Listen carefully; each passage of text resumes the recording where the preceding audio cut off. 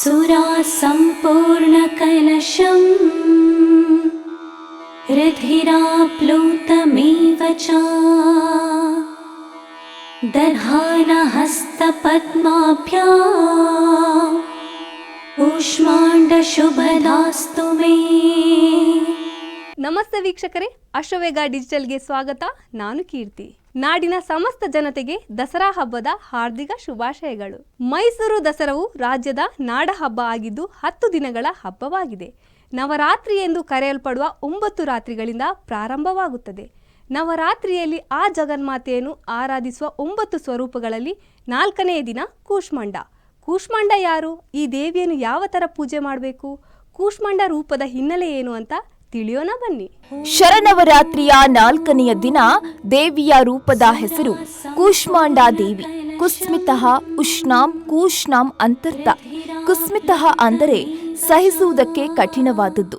ಇನ್ನು ಉಷ್ಣ ಅಂದರೆ ಸೂಕ್ಷ್ಮ ಲಹರಿಗಳ ಗೊಂದಲ. ಮತ್ತೊಂದು ಉಲ್ಲೇಖ ಸಹ ಇದೆ.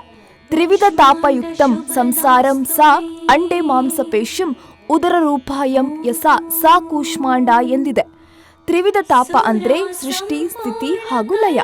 ಇಲ್ಲಿ ಲಯ ಅಂದ್ರೆ ಯಾವುದೇ ನಿಶ್ಚಿತ ಕಾಲ ಎಂಬುದು ಇಲ್ಲದೆ ನಾಶವಾಗುವಂಥದ್ದು. ಈ ಸಂಸಾರ ಅಂದ್ರೆ ಪುನಃ ಪುನಃ ಎಂದಾಗುತ್ತೆ. ಅಂಡಂ ಎಂಬುದಕ್ಕೆ ವಿಶಿಷ್ಟ ನಿಯಂತ್ರಣದಿಂದ ಯುಕ್ತವಾಗಿರುವ ಕೋಶ. ಯಾರು ಮಾಂಸ ಜೀವಕೋಶದಿಂದ ಉದರ ಹಾಗೂ ರೂಪ ಇವುಗಳಿಂದ ಯುಕ್ತ ಸಂಪನ್ನರಾಗಿರ್ತಾರೋ ಮೇಲೆ ತಿಳಿಸಿದ 3 ಬಗೆಯ ತಾಪದಿಂದ ಪುನರಾವೃತ್ತಿಯ ಅವಸ್ಥೆ ಕಾರಣಕ್ಕೆ ಮತ್ತೆ ಮತ್ತೆ ಹೋಗುತ್ತಾರೆ. ಈ ಪ್ರಕ್ರಿಯೆಯಿಂದ ಬಿಡುಗಡೆ ಆಗಬೇಕು ಎಂದುಕೊಳ್ಳುವವರಿಗೆ ಯಾರ ಅನುಗ್ರಹ ಬೇಕೋ ಆಕೆಯೇ ಕೂಷ್ಮಾಂಡ. ಜಗಜ್ಜನನಿಯು ತನ್ನ ಮಂದ ಹಾಗೂ ಮಧುರವಾದ ನಗುವಿನಿಂದ ಈ ಅಂಡ ಅಂದ್ರೆ ಬ್ರಹ್ಮಾಂಡವನ್ನ ಸೃಷ್ಟಿಸುವ ಕಾರಣದಿಂದ ಈಕೆಯನ್ನು ಕೂಷ್ಮಾಂಡ ಎನ್ನಲಾಗುತ್ತೆ. ಸೃಷ್ಟಿಯ ಅಸ್ತಿತ್ವವೇ ಇಲ್ಲದಾಗ ಎಲ್ಲಾ ಕಡೆಯೂ ಅಂಧಕಾರ ತುಂಬಿತ್ತು. ಆಗ ಇದೇ ದೇವಿಯು ತನ್ನ ಇಷ್ಟಾಶಕ್ತಿಯಿಂದ ಬ್ರಹ್ಮಾಂಡವನ್ನ ಸೃಷ್ಟಿಸಿದ್ಲು. ಆ ಕಾರಣದಿಂದ ತಾಯಿಯನ್ನು ಆದಿ ಸ್ವರೂಪ ಅಥವಾ ಆದಿಶಕ್ತಿ ಅಂತ ಹೇಳಲಾಗುತ್ತೆ. ಕೂಷ್ಮಾಂಡ ದೇವಿಯ ಶರೀರದ ಕಾಂತಿ ಪ್ರಭೆಯು ಸೂರ್ಯನಷ್ಟು ದೇದೀಪ್ಯಮಾನವಾಗಿ ಇರುತ್ತೆ.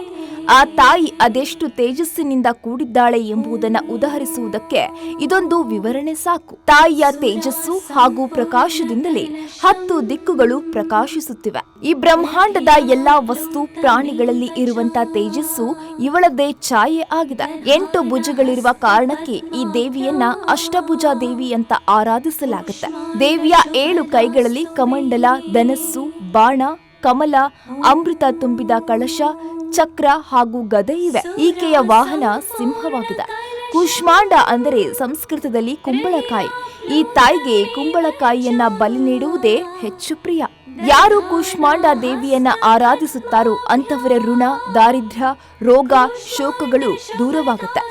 ಆಯುಷ್ಯ, ಯಶಸ್ಸು, ಬಲ ಮತ್ತು ಆರೋಗ್ಯದ ವೃದ್ಧಿಯಾಗುತ್ತೆ. ಸಂಸಾರ ಬಂಧದಿಂದ ಮುಕ್ತರಾಗಲು, ವ್ಯಾಧಿ ಬಾಧೆಗಳಿಂದ ದೂರವಾಗಲು ಅನುಗ್ರಹಿಸುತ್ತಾಳೆ. सुरा सम्पूर्णकलशम् रुधिराप्लुतमेव च